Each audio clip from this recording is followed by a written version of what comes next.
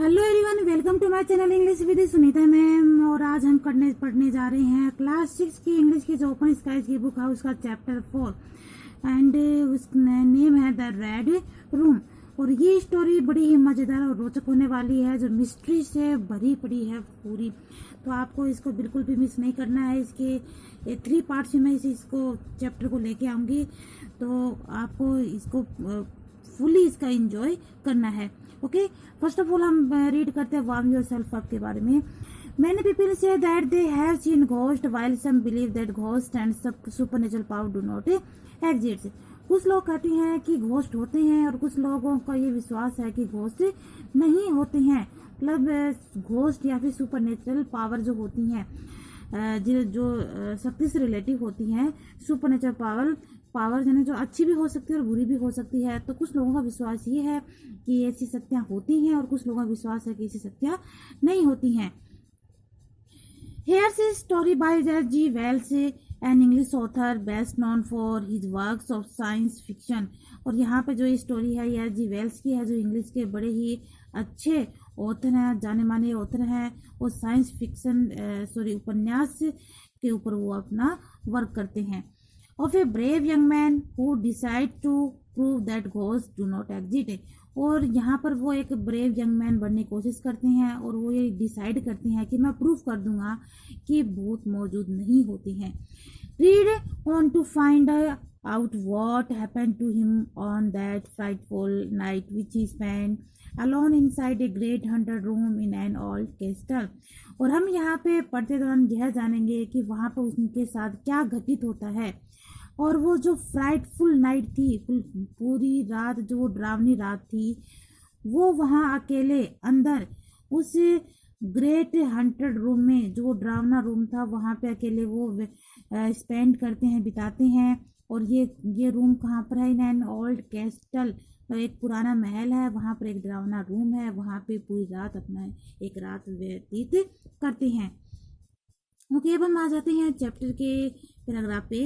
I can assure you, मैं आप लोगों को आश्वस्त कर सकता हूँ, सेड आई, मैंने कहा, ये ऑथर बोल रहा है, that it will be very difficult for me to be frightened. I do not believe in ghost, कि जो घोस्ट होते हैं उनको मुझे डराना बिल्कुल भी बहुत ज़्यादा डिफिकल्ट होने वाला है। यानी कि मैं भूतों के ऊपर विश्वास नहीं करता हूँ और अगर वो मुझे डराने की कोशिश करते हैं तो वो उनके लिए बहुत डिफिकल्ट हो सकता है। Indeed if ghost do exist, और वास्तव में यदि घोस्ट मौजूद हैं, they will have to work very hard to scare me, तो उन्होंने मुझे डराना उनके लिए कठिन काम होगा। And I stood up before the fire with my glass in my hand, जहाँ वो उस फायर के पीछे खड़े हैं और उनके हाथ में एक गिलास है। It's your own choice, said the man with the wrinkled arm, जिनके हाथों पर झुर्रियाँ पड़ी हुई हैं, उन आदमी ने ऑथर को कहा कि जैसी आपकी मर्जी। एंड ग्लेंस्ड एट मी हेजिटेंटली, और हेजिटेट के साथ वो उन्होंने मुझे निहाना शुरू कर दिया, घूरना शुरू कर दिया। I am 28 years and I have never ever seen a ghost in my life, कि मेरी उम्र 28 years की है और मैंने आज तक अपनी लाइफ में कभी घोस्ट नहीं देखा। I simply don't believe in them, said I, और मैंने कहा कि मैं बिल्कुल आसानी से इनके ऊपर विश्वास भी नहीं करता।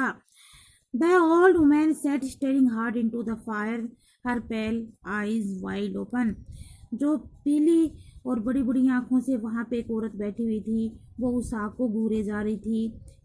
सी broke in with a monotonous tune, और सडनली वो अपनी नीरस भरी ट्यून को तोड़ती है, यानी अपनी चुप्पी को तोड़ती है। But in all those 28 years you have never seen a house like this, अगर आप 28 साल के हो गए हैं तो आपने ऐसा हाउस भी पहले कभी नहीं देखा होगा। It's full of tragedy and सोरो, ये दुखद और घटनाओं से भरा पड़ा है। ट्रेजेडी होता है तो जो दुखद घटनाएं होती हैं उनसे रिलेटेड दुखद घटना और दुखों से भरा हुआ है ये।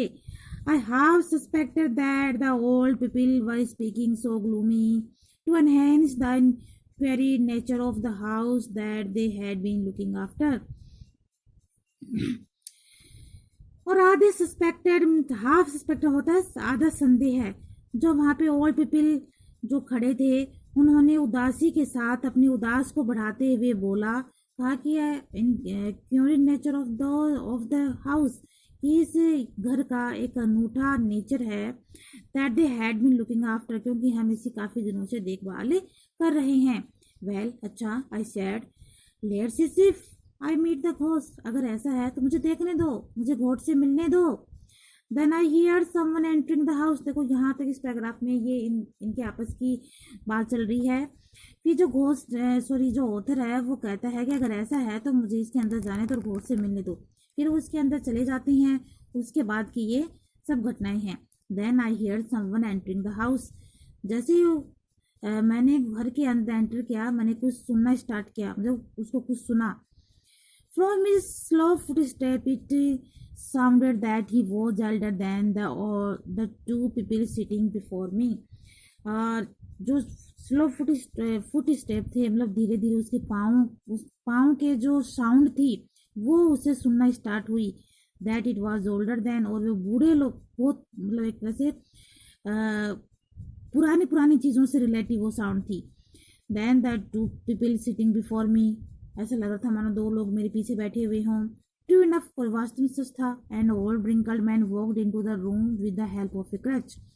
दो मैन थे, वो अंदर रूम में आए बैसाखी के सहारे से।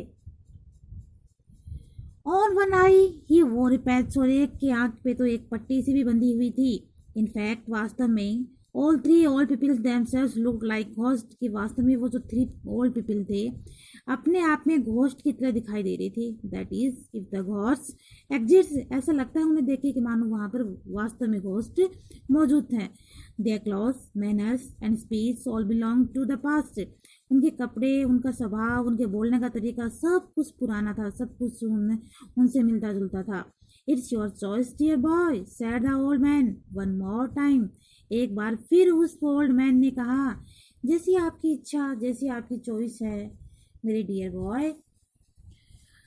हे इट इज, अगर ऐसा है, now please tell me where is the infamous 100 red room. अगर ऐसा है तो कृपया करके मुझे वो जो इनफेमस 100 रूम है, ड्रावना वो रेड रूम है, मुझे वो बताओ। Where I am to spend the night, जहाँ मैं आज की रात बिताने वाला हूँ। आई आस्क्ड, मैंने कहा। ऐसा किसने कहा? उस ऑथर ने कहा। ओके, यहीं तक हमारा फर्स्ट पार्ट कंप्लीट होता है। हम इसको सेकंड पार्ट में जल्दी ही लेके आऊँगी।